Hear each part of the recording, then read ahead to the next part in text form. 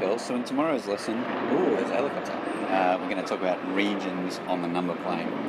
So let me just do this by example. So let's say I wanted to work out the region where y was less than 3 minus, let's say 3x minus 1, for example. So we do the same kind of thing we do with inequalities normally on the number line, where we set it equal. And now I'm going to draw that graph. So 3x minus 1, so that goes through minus 1 and it's quite steep. Let's just say something like that. Okay. So that number there will be minus 1, and that one in there will be 1/3, won't it? Now, there's two ways to think about it. Firstly, I want you to think about it more like a mathematician, if you will, which is to say, the equation says that y is smaller than 3x minus 1. Now, this is actually not how I would encourage you to do it normally, but I'd like to think about it this way for a bit. So what you do is you pick an x value, so let's just pick this one here, doesn't matter what it is, and you say, alright, when I take that x, if I get 3x minus 1, it will give me this y value here. Okay, and now it's actually saying that the y values that I want to be correct for this particular x value, are all the y values smaller than that, which means everything below my red dot, which means everything down here. And I can apply the same kind of argument everywhere, and in the end my region is this half plane that I've highlighted here. Okay, I'd like you to pause and think about that for a bit more.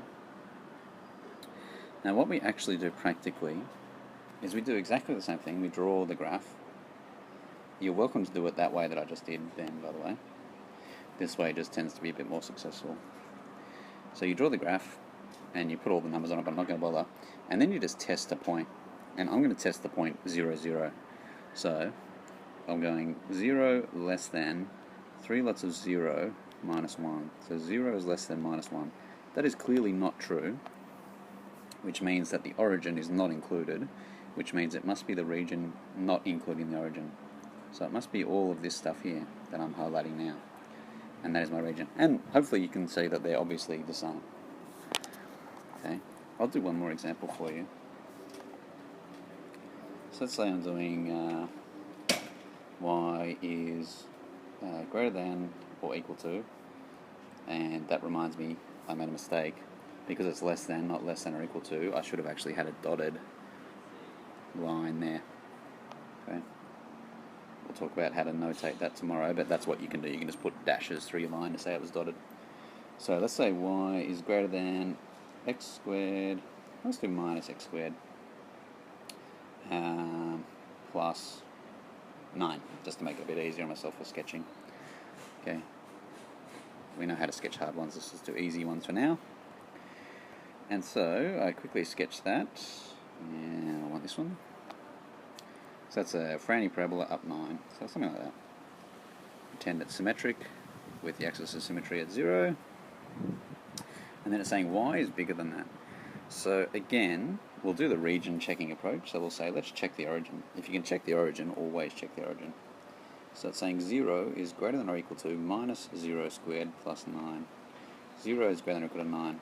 Clearly not true, so that means it's the region not including the origin. So it must be everything out here. Okay, and again, if you just look at it and think, so it's saying y is greater than x squared plus 9. Y is above x squared plus 9, right? Anything on the red curve, any of these points that I'm making thicker, are when y equals x squared plus 9. So if you fix an x value, like this one, it should be everything above there, so it should be that section there, and then I fix another x value, and it should be everything up here, and I can do that forever, and eventually I shade in this stuff above the curve. Okay, and then what we'll do is we'll do some simultaneous regions where we do two things at once, but for now it's enough just to understand this. Okay, I'll see you tomorrow.